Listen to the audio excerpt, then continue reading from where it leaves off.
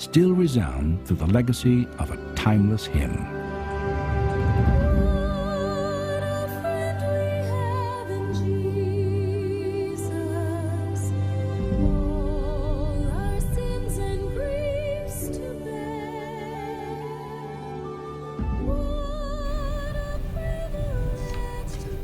Shalom, Bapak Ibu, Saudara-saudari yang dikasihi Tuhan. Kita berjumpa hari ini, hari yang diberkati Tuhan, Kamis tanggal 22 Agustus 2024. Tentunya di dalam sukacita kita akan menjalani hari ini, dan oleh karena itu pula firman Tuhan akan menguatkan kita di dalam menjalani hari ini. Maka marilah kita mempersiapkan diri untuk disapa oleh firman Tuhan.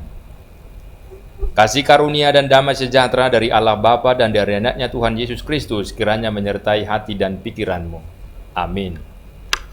Firman Tuhan hari ini tertulis dalam Yeremia 24 ayat 7, dikatakan demikian. Aku akan memberi mereka suatu hati untuk mengenal aku, yaitu bahwa akulah Tuhan. Mereka akan menjadi umatku dan aku ini akan menjadi Allah mereka, sebab mereka akan bertobat kepadaku dengan segenap hatinya. Demikian firman Tuhan. Tuhan tetap setia mengasihi umatnya, bahkan sekalipun manusia sendiri tidak setia. Di awal nats ini diberitakan Allah memperlihatkan kepada Yeremia dua keranjang buah ara berdiri di depan bait Allah. Keranjang yang satu berisi buah ara yang sangat baik, sedangkan keranjang yang satu lagi berisi buah yang sangat jelek. Hal itu menggambarkan manusia, di mana sebagian manusia ada yang seperti buah ara yang baik, yang menyenangkan hati Tuhan. Namun, sebagian yang lain seperti buah ara yang rusak, yang memuakkan, menjijikkan hati Tuhan. Apalah gunanya jika manusia itu berperilaku menjijikkan di hadapan Tuhan? Mereka akan dibuang. Dalam keadaan demikian, Allah menunjukkan belas kasih-Nya dengan akan tetap mengasihi mereka sekalipun terbuang. Bahkan Allah akan memberi hati yang mengenal Allah sehingga mereka sadar dan mengakui Tuhan sebagai Allah. Allah menghukum bukan berarti Allah tidak mau lagi menjadi Allah mereka. Malah melalui hukuman itu Tuhan ingin membuat umatnya bertobat dan kembali kepadanya. Biasanya orang berpikir bahwa orang yang mendapat hukuman adalah orang yang terkutuk, tidak lagi dipakai Tuhan. Tetapi ternyata sebaliknya.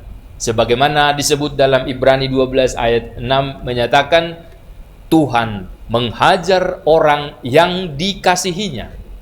Dengan demikian, kita seharusnya bersyukur karena Tuhan masih mau menegur dan menghajar kita ketika kita berdosa. Sebab hal itu berarti Tuhan mau pertobatan hati kita dan bukti Tuhan mengasihi kita.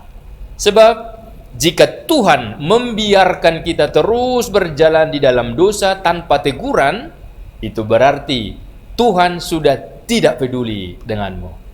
Amin.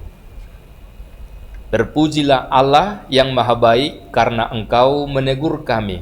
Engkau mengingatkan kami agar kami tidak jatuh dan tersesat, tetapi kami beroleh kehidupan yang baru dan menemukan jalan yang baik. Dan Tuhan selalu mengasihi kami, bahkan mengangkat kami kembali menjadi manusia yang berharga, sekalipun kami telah jatuh ke dalam dosa, menyimpang dari jalan-Mu. Sungguh Engkau Allah yang setia, maka biarlah kami tetap memuliakan Engkau sepanjang hidup kami. Hari ini, di dalam melanjutkan aktivitas kami, Tuhanlah yang menolong dan sadarkan kami, agar selalu berjalan di jalan Tuhan, dan melalui pekerjaan kami, nama Tuhan dimuliakan. Terpujilah Engkau hari ini kekal sampai selamanya, di dalam nama Yesus. Amin. Anugerah Tuhan kita Yesus Kristus dan kasih setia Allah Bapa dan persekutuan Roh Kudus menyertaimu sekalian. Amin. Selamat beraktivitas Bapak Ibu, Saudara-saudari yang dikasihi Tuhan. Shalom.